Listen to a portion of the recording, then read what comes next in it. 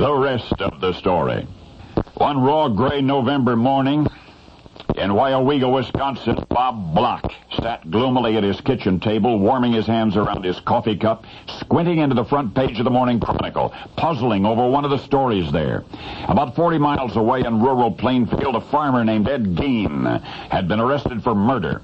The victim had been proprietress of a local hardware store, and she'd been found on Gein's farm, hanged in a shed, apparently butchered like a deer. And yet the terse news item fascinated Bob less for what it said than for what it did not say. Something was being covered up here. Bob Block, a professional news writer himself, could sense it. But since mainstream news sources in 1957 were more discreet than they would become, Bob would have to dig to investigate. He wanted to learn the whole truth of what happened in Plainfield. Well, he did, and he almost wished that he had not. Now, if you're particularly sensitive or squeamish, I'm going to do the very best I can to spare you the grisly details of this next. But I can't spare you all of it. Farmer Ed Gein was an unassuming, unimpressive little character with a disarming smile permanently plastered on a forgettable face. He had resided with his domineering mother on their 160-acre farm until her death in 1945. Thereafter, he lived alone on the place, occasionally venturing into town to entertain the locals with his preposterous tales. Of course, nobody believed the shy, slight, smiling man when he spoke of his collection of shrunken heads. Nor did folks pay any mind when a neighbor woman disappeared and Ed said that she was out at his farm.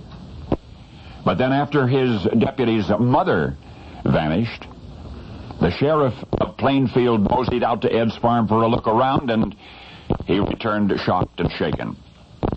For in the farmhouse, the sheriff had discovered the remains of at least a dozen people, all apparently women, an array of anatomical features preserved as trophies. There were bones and refrigerated organs, some sawed-off skulls, and a variety of items made from human skins, purses, bracelets, chairs, drums. There was even a collection of skinned human faces made up with rouge and thumbtacked to the wall, and worst of all, a suit of human skin. A vest and leggings and the like, which it turned out that Ed Gein would often don in his solitude, dressed as a woman, contemplating his fondest desire, which was to be one. 51-year-old Ed told authorities that he had forgotten how many of the women he had killed and how many he had unearthed from their graves, and it is said, though never confirmed, that among the female victims whose posthumous comfort Ed had enjoyed was his own mother.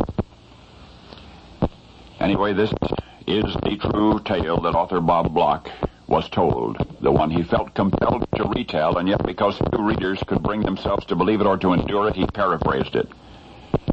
In the story of a mother-smothered loner, a transvestite murderer named Norman Bates, with a penchant for taxidermy of all kinds.